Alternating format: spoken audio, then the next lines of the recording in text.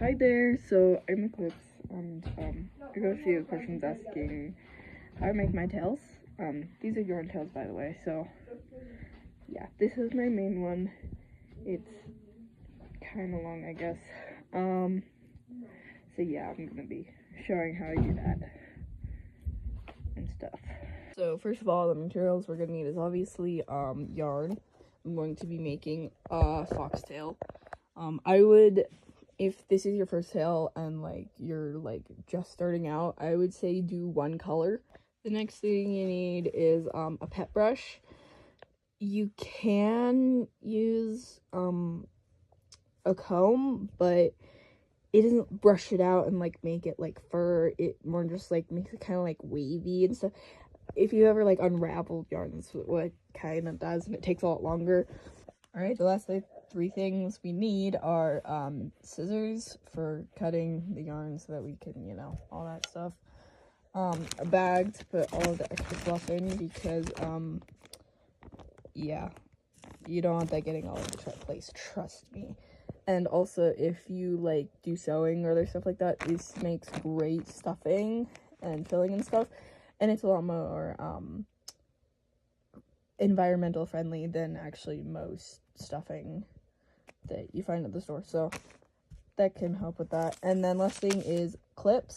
You don't have to buy clips, you can actually just use like a safety pin. Actually, like, have a tail that just has a safety pin. Another one that's my first one actually is a bent paper clip, and it actually works pretty well, to be honest. So you can MacGyver that. Okay, so next part is the base, pretty much. It's like gonna be where all the fur goes on, and I'll explain that. But basically, it's how long you want your tail to be, but always make it longer so you can tie it off. As well as if you want to make the tail longer, you can. I generally use my wingspan because it's pretty consistent and stuff. And then double it over and cut it off, so like this, obviously. Okay, so figure out the color you're going to be starting with. Obviously, one color, not an issue. I am making a foxtail again, so white. And what you're gonna figure out how long you want your strings to be. So, for example, you can use a notebook, a book, make your own cardboard like thing. I personally use my hand because it's pretty consistent, and I don't have to get extra materials. So you're basically gonna wrap that a lot. Be aware that you need a lot more strings than you think you would. Like, trust me, when I first started this, I was like, oh, I don't need that many strings. Yes, you do. You do. That's just a fact. And man, why is this yarn so knotted? Okay, there we go. But yeah, so you're gonna do that. I'm just gonna quickly. Sorry. So, like, for example, generally I stop about here. You can cover your hand as much. I would cover it more this way than keep wrapping over here, because the longer the strings get, the more they go over. And then I use the scissors. I usually slide it along my knuckles so that way I don't hurt myself and all that. Cut that, and then you have your strings. Yeah. Okay, so next part, now that we have our strings, is we're gonna make little bundles, and those are kind of gonna be like the little bits of fur that we're gonna pretty much just put a lot onto the tail of. I generally do about 10 strings per bundle. I've tried more and I've tried less. I used to eyeball it, so eyeballing does work, but I just personally think that 10 is like the magic number. It's like perfect, and like, yeah. So yeah, more, it's really hard to brush out, and like you lose a lot of fluff. I'll explain that in a bit. and less. You just have to brush out too many. So yeah, I feel like 10 is a good middle ground. So let me just, okay, so now I have your 10 strands. Again, you can do a different number. You can even do just 11 or something. Add one more or one less, totally up to you. So now that you have your 10 strands, you're gonna tie it. You can do, I guess you can do other knots, but I just personally, just easy wrap around and then slide it through. It's pretty simple knot. Make sure you have all the strands in there, because then you will lose those strands. If you want to, you can tug on individual strings if it's a little loose in the center. So like this, to make sure it's all like nice and tight. And that's how you get your bundles. So you're just going to kind of repeat that process until you run out of strings for that first like batch of strings. So like once I'm out of these strings, then I'll move on to the next step. And yeah. Okay, now that you've made all your bundles, I usually have about 5 to 6 per batch of strings, but that just depends on how many strings I do. I have 5 here. So now what we're gonna do is we're gonna brush them out. Where did I put the brush? There it is. Okay. Anyway, also get your rag for this. So what you're gonna do is you're gonna pick up whichever bundle you're doing and run along and find the longest string. I do this because that way you can tie it on the best. So like once you pull them to the top, so you're holding it kind of like this, you can see. And then after that, I like to even out the strings at the end. This makes it easier to brush it out. You don't have to, because I didn't for like a while. So yeah, I just like kind of just cut off the ends, not like a super lot, just like enough that like see it's kind of evened out. And I like to hold my bundles like this with my thumb like on top of the back. No, this will ruin your thumbnail. You can't see it, but there's grooves in my thumbnail because of how I brush out nails, but to be honest, I don't care. And basically you're gonna brush out the bundle. I start at the ends and move down because it frays easier at the end, so that way you can move down and it just brushes out easier. You can do it any way you want. This is just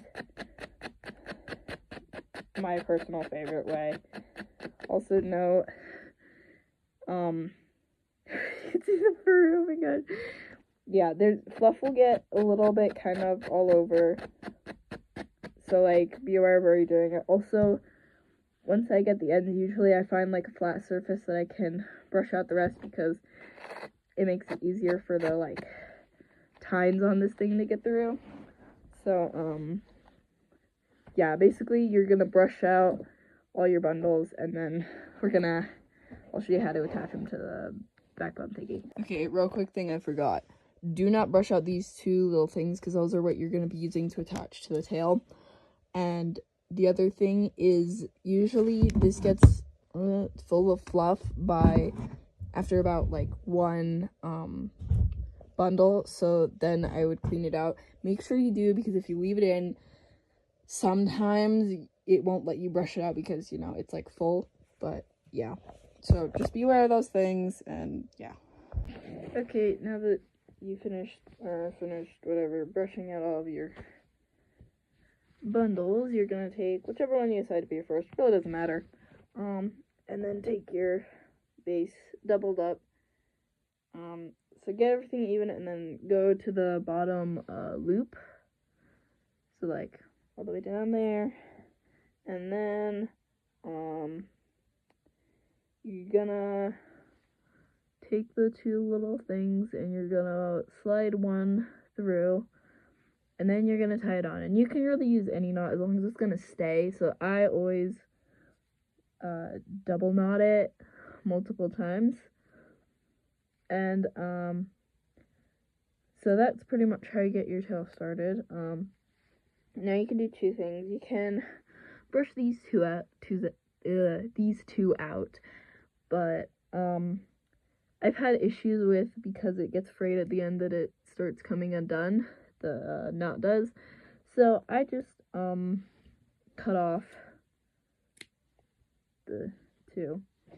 And that's how you start your tail. Now, the next one is a little different. You're not, and instead of basically sliding it into the loop, so as you can see it's at the bottom and doesn't slide off, you're gonna do around both of the strings, and you're gonna tie that, again, a double knot, or more like triple knot, but you know what I mean. And after, hold on, you do that, now that you've tied on this other one, what you're gonna do, as you can see there's space, and it's a lot of space, so you're gonna just slide it down so it's like right next to it. And basically what you're gonna do is you're gonna keep adding different colors all the way up. And note that when you change colors, because they sort of lay down on top, as you can see, can't really see with the colors, but that always make the whatever color it is bigger, so like then you think it needs to be. Again, if one color doesn't matter, but if you're making foxtail, always make the white part bigger than you think it needs to be, because a little bit's gonna disappear under the next layer of whatever color it is. And also I'm gonna talk about blending. So if you're doing multiple colors, sometimes you might want to transition color in between. You don't have to. I sometimes do, but it really just depends. So for example, I'm just gonna have a little bit of this like brownish tan before I go to black, and I just want a black band in there for some reason. I don't know. So you can usually just do two colors. But yeah, so if you want to do blending, you can. Like for example, on okay, my main tail, if you can see the blending down here, is I have this dark brown, but I have these two colors of brown in between before you get to the white grayish bottom. And same thing up here, can't really see it, but there's this silver between the black and this brownish gray. So yeah, that's how I made, oh, and one more thing for color wise is you can also do, to create this effect, where you can see where it's like black with the orange.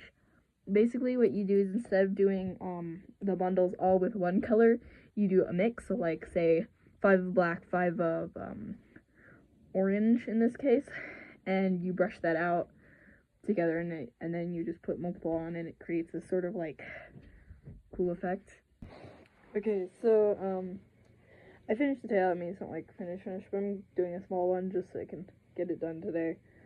So now you're going to tie on the clip. This is the clip I'm using, by the way. I got it from Hobby Lobby. Again, there's other things you can use. For example, you know, like safety pin, totally works. Using a bent paper clip. Basically what you're going to do is just tie it on. You can use any way to tie it on. For me, it just really depends on the clip and tail and whatever. Also, don't like make it go right up to the base. Like, if you can see, there's just a little bit of string, and that's usually good. So if the bundles need to like shift around a little bit, and the more bundles you have, I give like an extra little bit of room, because the bigger the tail, the more you want them to be able to more or less get settled. So for example, my big one right here has a lot more room than it looks like, because it shifts around and like makes it look a little more realistic. You kind of have to see it in action to understand. So I'm just gonna finish tying this, and then cut off the extra, and we're done. So yeah, this is the end result. Hope this helps. If you make any tails, tag me. I'd love to see the results. So yeah, bye.